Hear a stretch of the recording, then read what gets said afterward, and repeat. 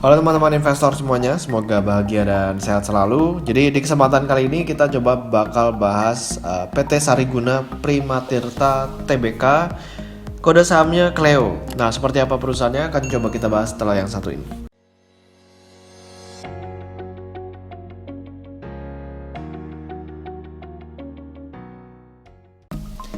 Ya, jadi ini kita lihat di materi public expose-nya. Ya, ini jadi ada Tanobel Food, ada Cleo di sebelahnya. Kita bakal coba lihat secara sekilas seperti apa perjalanan dari perusahaan ini. Ya, jadi di tahun 2003 ini acquiring manufacturer of Anda Bottled Water NT. Ya, jadi di sini mulainya nih. Jadi mereknya Anda, terus jadi di tahun 2004 bikin pabrik pertama ya, first integrated factory. Terus habis itu perusahaan ini melaunching brand Cleo. Nah, setelah itu di tahun 2005 ini launching Anda Flavor Beverage ya. Lalu di tahun 2009 perusahaan ini melaunching Cleo Cup untuk ukuran 250 mili. Nah, kalau misalnya kita lihat ini pertumbuhannya cukup cepat ya. Tahun 2004 ini pabriknya satu, di tahun 2011 udah 10 pabrik. Jadi lumayan agresif ya perusahaan ini. Nah, di tahun 2012 perusahaan melaunching galon Cleo handle Cleo ya. Lalu launching Cleo Sport 600 ml. Nah, ini udah menjadi 11 factories. Nah, lalu di tahun 2019 ini udah mencapai 25 pabrik ya, dan di tahun 2020 udah 27 pabrik. Nah, jadi di sini kita bisa lihat bahwa perseroan ini terus melakukan ekspansi, dan kalau misalnya memang ada ekspansi terus-menerus, ini merupakan hal yang cukup positif ya buat investor, apalagi kalau misalnya ekspansinya itu bisa menghasilkan profit bagi pemegang sahamnya. Dan kita bakal coba lihat nanti kira-kira perseroan profitnya seperti apa. Nah, jadi ini snapshot dari Cleo. Cleo itu ada pure water, ada mineral water, dan juga ada other-nya. Nah, jadi dimiliki oleh siapa sih ya kan? Jadi ini dimiliki oleh PT Tancorp Global Sentosa ya, sekitar 25,58%. Lalu dari PT Tancorp Global Abadi 55,67%. Dan publiknya di kisaran 18,75%. Dan kalau misalnya kita perhatikan perusahaan mineral water seperti Cleo ini demand-nya sangat besar, karena pasar itu melihat Cleo ini bisa menjadi seperti Aqua ya. Di tahun-tahun dulu itu Aqua akhirnya dibeli oleh Danone, lalu tender offer, harganya sangat mahal, dan orang berharap hal itu akan terjadi di Cleo juga. Nah, ini sekilas tentang pabrik Cleo ada di mana aja ya, jadi udah mulai tersebar. Tapi kalau misalnya kita perhatikan, ini nih ruang buat ekspansinya masih ada ya, masih banyak. Jadi jangan khawatir kalau misalnya kita mempertanyakan kira-kira udah terbatas atau gimana. Ini sebenarnya masih banyak nih buat ekspansinya si Cleo. Lalu kalau misalnya kita lihat dari kinerjanya, ini saya ambil dari Stockbit. Kita lihat dari income statement dulu ya.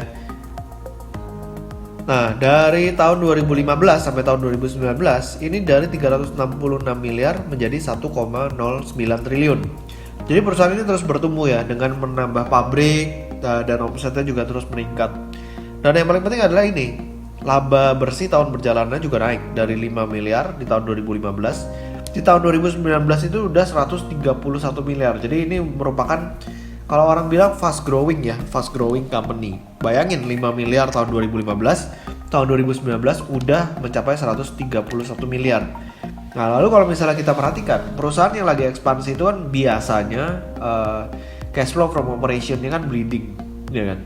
Nah, cuma kalau misalnya kita perhatikan si Cleo ini, arus kas dari operasinya justru positif terus ya, 30 miliar di tahun 2015, lalu 100 miliar tahun 2016, dan di tahun 2019 justru tambah meningkat jadi 198 miliar. Nah, jadi dananya ini akhirnya bisa digunakan untuk melakukan investasi atau melakukan ekspansi lagi ya, buat ke tempat-tempat lain, sehingga perseroan juga terus melakukan ekspansi dengan menggunakan pinjaman bank, karena untuk ekspansinya kan duitnya perlunya lebih banyak ya daripada arus kas operasi kan. Nah, tapi karena kurang, jadinya perseroan ini melakukan pinjaman bank, which is masuk akal gitu.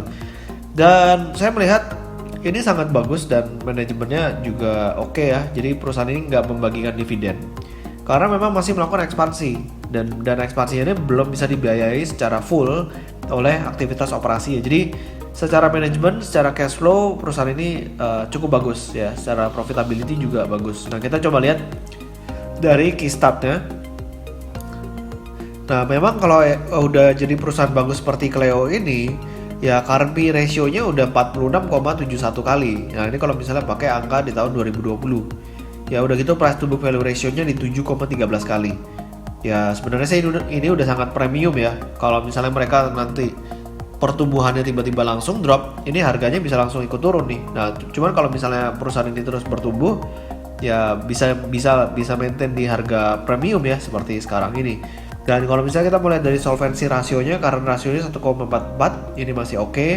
DER-nya 0,35, ini juga masih sangat sehat ya neracanya.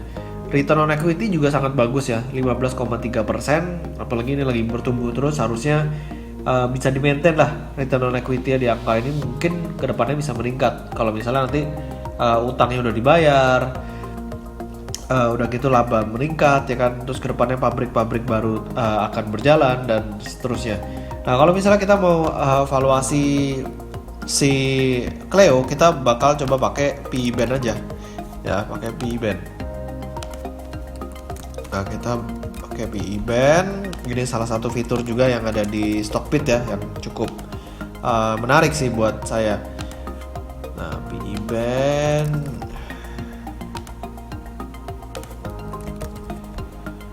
Oke, nah jadi kalau misalnya kita perhatikan di sini, walaupun Cleo itu kita lihat valuasinya memang udah sangat premium, tapi kalau di PE band ini harganya masih agak di bawah ya, di bawah rata-rata. Kalau rata-ratanya 560, sementara highest PE band-nya itu di 757. Nah, sementara higher PE band di 658. Nah, kalau misalnya kita lihat dari history, dia ke highest PE band ini jarang banget. Ya, jadi anggaplah kita bisa mencapai di higher PE band. Ya, berarti mungkin target price-nya di kisaran 660 ya di sini ya. Dan kalau misalnya harga sekarang ya boleh dikatakan masih cukup murah ya, masih cukup murah karena masih di bawah rata-rata. Sementara kalau misalnya kita lihat dari history juga, ya bisa beli di lower PE band lah, di bawah sini atau di kisaran 460. Ya 460 masih bisa, jualnya di 65 sekian. Nah, cuma nanti kita bakal lihat kira-kira kalau laporan keuangan terbaru keluar, PE band ini bakal naik atau bakal turun ya kan. Oke, jadi demikian dari saya tentang Cleo. Semoga videonya bermanfaat. Jangan lupa buat di subscribe YouTube channel saya dan juga follow Instagram saya di Pesan Saham. Sampai ketemu di video berikutnya. Selamat berinvestasi.